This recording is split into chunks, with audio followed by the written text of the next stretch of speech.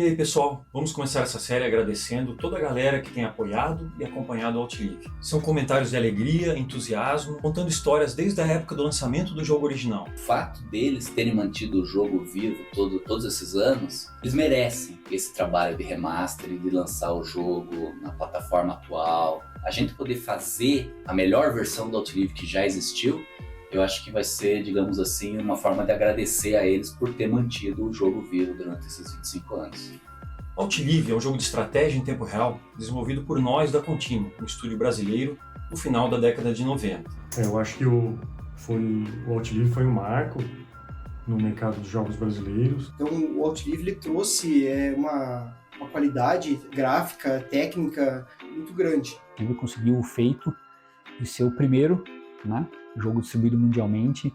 O Outlive, pelo fato de ter sido tão ambicioso, ele, digamos assim, marcou a geração. É considerado por muitos como um AAA, porque ele concorreu de igual para igual com títulos como Command & Conquer, StarCraft e Age of Empires.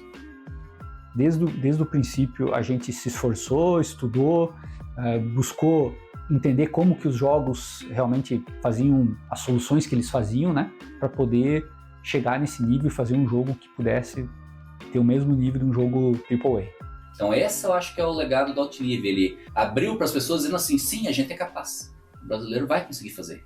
O objetivo é trazer para vocês o passo a passo de como está sendo feita a remasterização do Outlive. Além disso, nós vamos trazer detalhes e segredos do desenvolvimento do Outlive original. Ter a oportunidade de revelar todos os truques e segredos, né, que nós utilizamos para tornar o Outlive um software de alta performance, que tinha um desempenho melhor do que os concorrentes da época. Para acompanharmos esse passo a passo, a primeira coisa que a gente precisa entender é o que é uma remasterização.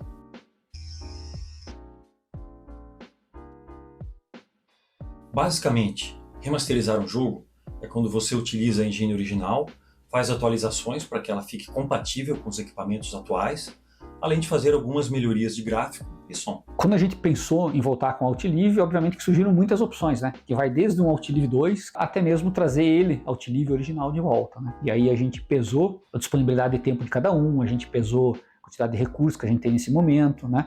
Então, considerando tudo isso, a gente encaminhou a decisão para um remaster para poder aproveitar os 25 anos, né?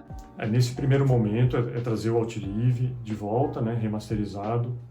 A ideia do remaster é poder aproveitar, né, os recursos que a tecnologia nos dispõe hoje, né? Ele dá essa oportunidade, né, das pessoas que não conhecem o jogo conhecer agora. Então a ideia é pegar aquele conteúdo original, fazer pequenas adaptações nele, né? Utilizar ele com mais qualidade. Uma versão melhorada, né? Com gráficos melhorados, som melhorado. E resolver alguns probleminhas, como a questão do multiplayer, que não funciona, a biblioteca gráfica também precisa ser substituída.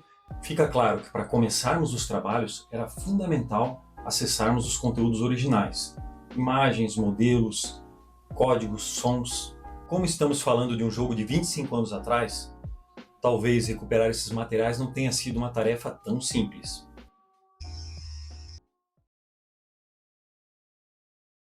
Digamos assim, quando a gente decidiu fazer o remaster, a primeira coisa era ver se ia conseguir abrir tudo, porque se não abrisse tudo a ideia já ia morrer na casca. A gente tem backups em mídias de 25 anos atrás, né? É bastante conteúdo, então você vai ter em zip drive, você vai ter em CD-ROMs e você vai ter em alguns HDs antigos. Na verdade, estava comigo essas cópias. Estava guardado num armário, dentro do meu escritório, um monte de CDs e alguns HDs que tinham as cópias do jogo.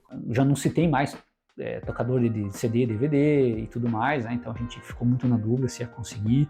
Eu sou um cara das antigas, eu ainda tenho um leitor de CD para poder ler e plugar no computador, mas se a mídia estiver meio mofada ou suja, ele apresenta erro de leitura e pode falhar na leitura de algumas partes dos arquivos que estão salvos. A gente também tinha uma cópia em HD, mas o HD, depois de muito tempo desligado, ele pode também dar alguns problemas, já que ele é mecânico, né? Todos estão vulneráveis à degradação com o tempo. Então, se os backups não tivessem sobrevivido, o Outlive tinha morrido também. Sem os backups, não teria como fazer o remaster do Outlive. Até na época, eu que era responsável pelos backups, até fiz um programa para fazer o backup, configurar um monte de coisa lá. Mas assim, a gente teve alguns problemas, né, com os backups, né? A gente foi ler o HD, teve problema de leitura ali, a gente não conseguiu acessar todos os arquivos, os CDs, que sei lá, dos 40, 50 CDs de backup ali, no eu direito. Tem alguns arquivos zipados lá que eu não consigo lembrar senha de jeito nenhum. Ainda estamos caçando alguns dos backups. Não vou dizer que 100% já foi recuperado, mas... A gente conseguiu recuperar praticamente, sei lá, 99% da arte original, né? Então, é a arte original que a gente precisa para fazer o remaster, né? As coisas funcionaram bem, estavam bem guardadinhos, CDs, parecia quase como um vinho numa adega. Então o CD, no caso, resistiu bem, né, esses 25 anos. A partir desse ponto, a gente precisa relembrar como o Outlive foi construído na época, para entendermos por que algumas partes dele ficaram incompatíveis com sistemas operacionais de hoje.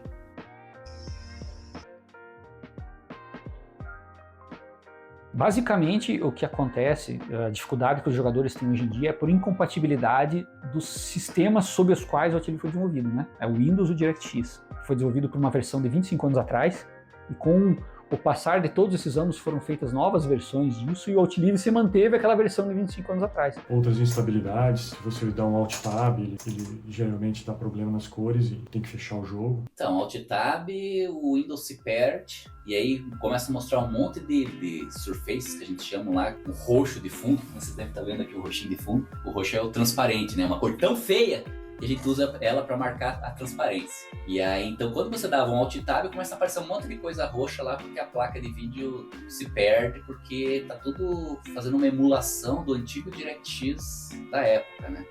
Então vamos entender esse trabalho de tornar o Outlive compatível e funcional nos equipamentos de hoje.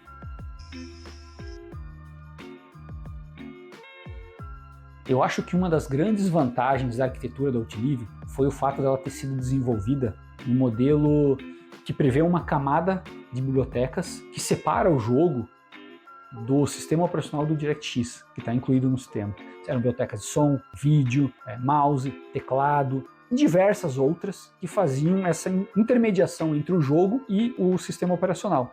Então, como está isolado por uma camada de bibliotecas, a gente pode reescrever essa biblioteca para tornar ela compatível novamente ou até mesmo substituir tanto o sistema quanto o DirectX ou deixar ele portável para vários sistemas e outras APIs.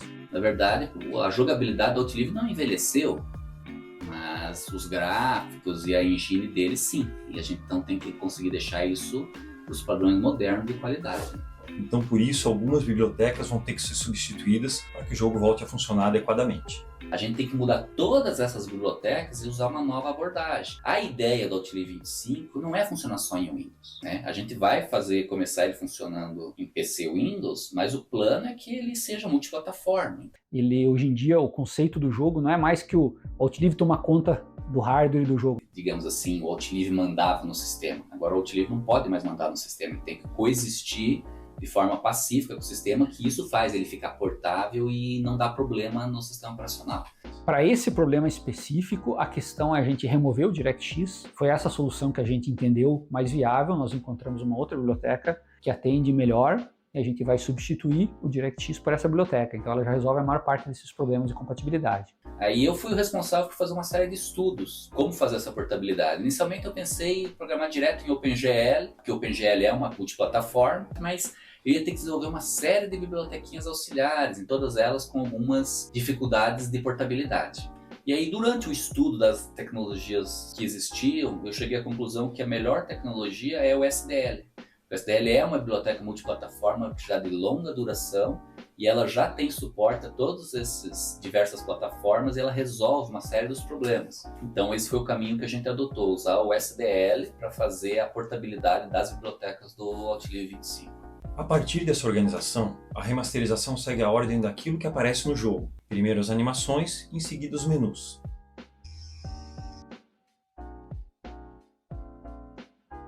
Quanto às animações, elas foram desenvolvidas utilizando um formato de vídeo proprietário, o que é uma tradição da Continuum, né?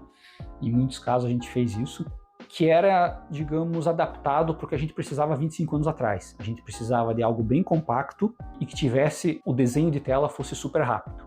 Para o Outlive 25, o que a gente precisa, na verdade, é ter qualidade. A gente não tem mais as restrições de hardware que nós tínhamos há 25 anos atrás. Então o nosso objetivo é trazer um formato de vídeo com muito mais qualidade, né?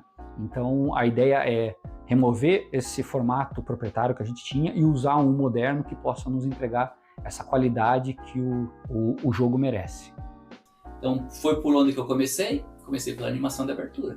Então, qual é a vantagem da animação da abertura? Eu já ia conseguir trabalhar nas bibliotecas gráficas, trabalhar numa remasterização de arte e trabalhar na biblioteca de som. E, ao mesmo tempo, trabalhar com a biblioteca de temporização. Depois que as animações estavam funcionando, a próxima etapa foram os menus. Então, assim, os menus foram construídos, né, foram estruturados da seguinte maneira. É uma tela de fundo, sobre essa cena a gente daí desenhava uma moldura e as opções do menu. Então, assim, o grande desafio que a gente tem hoje é refazer principalmente a questão das cenas de fundo. Tanto a tela de menu como a tela de fundo são modelos 3D, e eles usavam um software chamado 3ds Max. Então, para fazer essas imagens novamente, nós precisamos usar esse mesmo software da época. Então hoje o trabalho de remasterização ele passa muito por recuperar essas cenas renderizadas numa qualidade melhor e que ela seja também adaptável a diferentes formatos de vídeo. No caso da cena de fundo do menu do Outlive, nós precisamos modificar um pouco a câmera para fazer que seja possível cortar a parte superior e inferior da imagem, para permitir que a imagem pudesse ser recortada e utilizada em diversas resoluções. O menu do Outlive originalmente era 640 por 480. Agora, na remasterização, ele vai suportar diversas resoluções e se adaptar ao monitor do usuário. A ideia hoje, se você está rodando em alta definição, você consegue ter um texto, uma fonte, inclusive com desenho, que agora você tem resolução suficiente para colocar uma fonte estilosa. A gente escolheu uma fonte que lembra o estilo do Outlive. Eu acho que uma novidade bem legal também nessas telas de menu é que a gente vai implementar uma tela de configurações que antes só tinha dentro da batalha. O usuário vai poder fazer as configurações que ele acha interessantes de tela, de som, de preferências, né? De uma maneira muito mais simples e rápida na tela de menu. Então tudo isso são processos de melhoria que vão se somando para fazer com que o Outlive 25 seja bem melhor do que o Outlive original. Nos próximos episódios da série, vamos ver o trabalho que está sendo feito dentro do jogo, na parte da batalha.